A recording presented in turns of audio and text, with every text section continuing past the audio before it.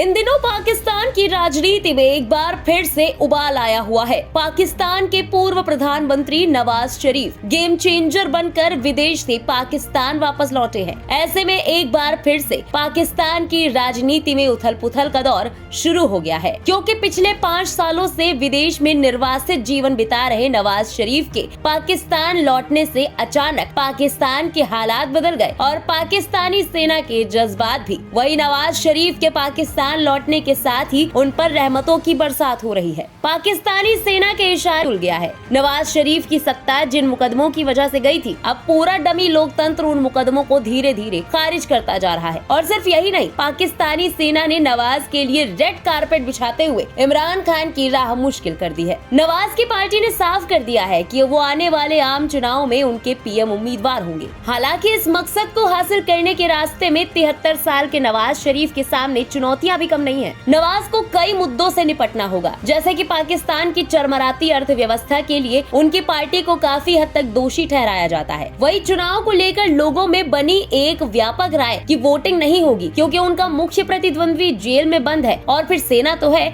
जिसके हाथ में देश की सत्ता की चाबी है। विदेश में रहते हुए पूर्व प्रधानमंत्री कई मौकों पर सशस्त्र बलों के खिलाफ काफी मुखर रहे हैं। खास तौर पर उन्होंने राजनीतिक अस्थिरता के लिए आईएसआई खुफिया एजेंसी के एक पूर्व प्रमुख और पूर्व सेना प्रमुख को दोषी ठहराया था। शरीफ ने कहा था कि वो फर्जी मामलों का शिकार हुए और उन्होंने देश के जजों पर भी मिली भगत का आरोप लगाया। हालांकि युद्ध का मुख्य मैदान तो फिलहाल अर्थव्यवस्था है। जनता में इसे लेकर भारी गुस्सा है। मतदाताओं के दिमाग में आसमान छूती मुद्रास्फीति और जीवन यापन की लागत सबसे ऊपर होगी जब उन्हें आखिरकार वोट डालने का मौका मिलेगा। वही सबसे बड़ा सवाल सेना और नवाज के रिश्तों का भी है। बता दें कि सेना पाकिस्तान की राजनीति में एक मुख्य भूमिका निभाती है और कई तख्ता पलटों में सत्ता पर कब्जा कर चुकी है। वही सेना का नवाज शरीफ के साथ भी एक लंबा उतार चढ़ाव भरा इतिहास रहा है। हालांकि और अन्य स्पष्ट विकल्पों की कमी के बावजूद कई राजनीतिक जानकारों का कहना है कि सेना उन्हें एक और मौका देने को तैयार है। कहा तो ये भी जाता है कि नवाज की अपनी पार्टी में भी कम झगड़े नहीं है, शहबाज हैं। ऐसे में क्या नवाज मरियम का नाम पीएम पद के लिए आगे कर सकते हैं, और आने वाले दिनों में पड़ोसी मुल्क के अंदरूनी हालातों पर इस पूरे घटनाक्रम का क्या असर पड़ता है,